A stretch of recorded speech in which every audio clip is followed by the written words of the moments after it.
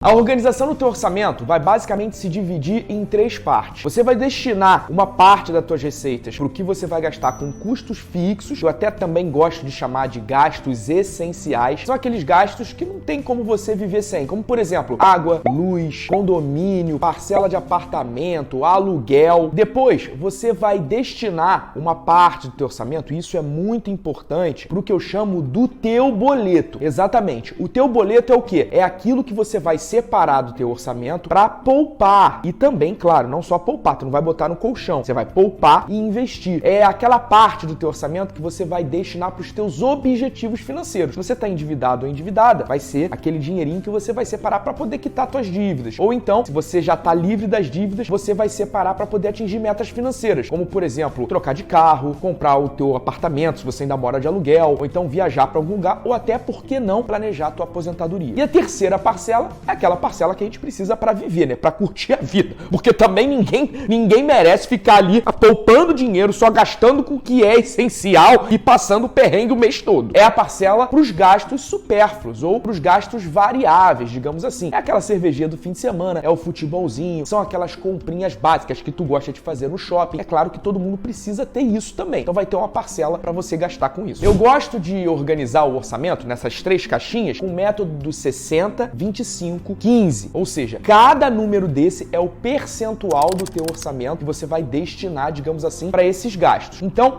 60 é 60% das tuas receitas, do que você ganha, por os gastos fixos, ou seja, até 60% gastos em coisas que são ali, digamos assim, das tuas contas fixas, tá aí um bom percentual, uma boa quantidade. O 25 é o que você vai separar, digamos assim, pro teu estilo de vida, pros teus gastos supérfluos, ou seja, 25% da tua receita para gastos variáveis. Então, por exemplo, se você ganha R$4.000 por mês, 25% de R$4.000 seriam R$1.000, ou seja, no mês inteiro você teria R$1.000 para você poder gastar com lazer. O que acontece muitas vezes é que as pessoas estouram a boca do balão com essa parcela de gastos. Isso porque elas têm como usar o cartão de crédito para parcelar a compra, elas muitas vezes usam o cheque especial, e aí quando se gasta mais do que se deve nessa parcela, ou se endivida, ou então você acaba comprometendo a última parcela, que é a parcela do 15. 15% é o que você vai destinar para tuas metas financeiras, ou para quitar dívidas, ou então para objetivos financeiros, onde você vai poupar e investir, como por exemplo, criar uma reserva para emergências. Então,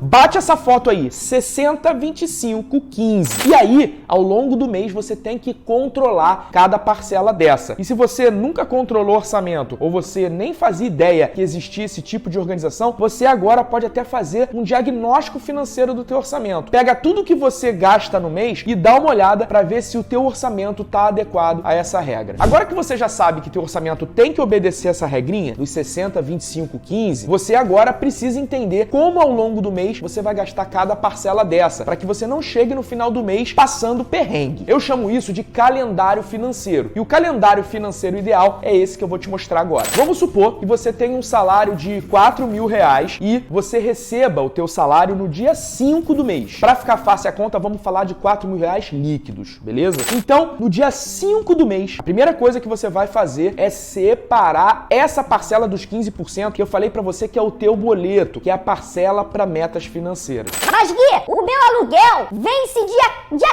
5 já. Tu tá falando pra eu separar os 15% antes até de pagar meu aluguel, meu irmão? Exatamente. A primeira coisa que você vai fazer quando o teu dinheiro cair na conta é separar a tua parcela dos 15%. A maioria das pessoas não faz isso. Elas acabam, digamos assim, tentando poupar o que sobra. E, digamos assim, o grande segredo de uma vida financeira saudável é você gastar o que sobra depois de poupar. Uma vez que você separa essa parcela de 15% logo no início do mês, você já cria um hábito financeiro saudável. Você vai pegar esse dinheiro e jogar para uma outra conta, ou para um outro banco que você não usa no teu dia a dia, ou então, melhor ainda, para a conta da tua corretora, porque você comigo vai aprender a investir.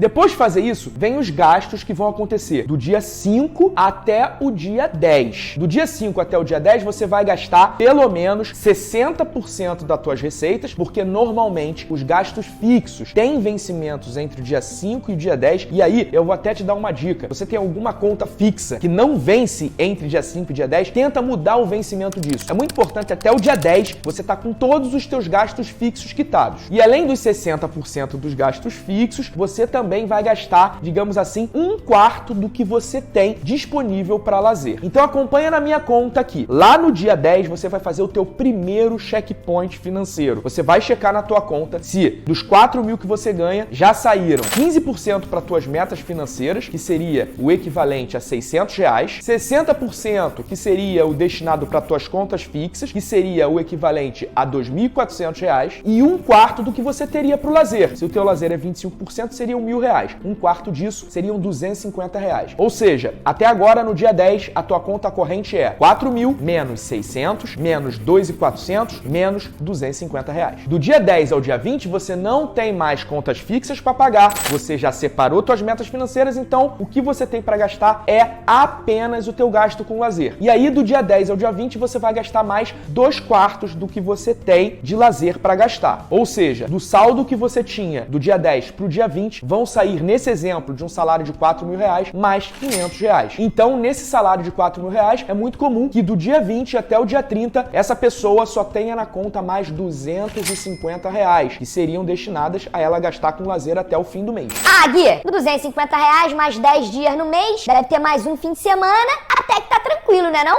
É, mas presta atenção. Se você gastar os R$250 nesse exemplo que eu tô te dando até o dia 30, do dia 30 até o dia 5 do outro mês, você vai acabar, digamos assim, ficando sem dinheiro. E esses 5 dias aí podem fazer você se endividar, ou gastando no crédito, ou fazendo você entrar no cheque especial. Então aí vai a cereja do bolo, a última dica. Ao invés de você gastar os R$250 do dia 20 ao dia 30, você se aperta um pouquinho e gasta só R$150 nesse exemplo que eu dei, deixando R$100, que seria o equivalente a 5% do teu orçamento, para poder virar o mês e você gastar do dia 30 até o dia 5. Com isso, você não vai se endividar. Esses 5% do salário, que no caso desse exemplo de R$4.000 seriam os R$100, vão fazer você segurar até o seu próximo salário cair. E se você repetir esse ciclo, olha que beleza. Você tá com todas as tuas contas fixas pagas, você tá com as tuas metas financeiras sem estar comprometidas, porque você tá guardando dinheiro todo mês, e você ainda tá curtindo a vida porque tem dinheiro destinado para o seu lazer todos os meses também. Bom, você pode fazer esse exemplo com qualquer tipo de salário. 60% você vai gastar até o dia 10 e 1/4 do que você tem para o lazer também. Entre o dia 10 e o dia 20, mais 50% do que você tem destinado a lazer. E do dia 20 ao dia 30 vai gastar o resto, deixando só 5% para o mês seguinte. Você pega esses percentuais, multiplica por qualquer renda e você tem como ter o teu exemplo, digamos assim, exclusivo aí para você aplicar na tua família.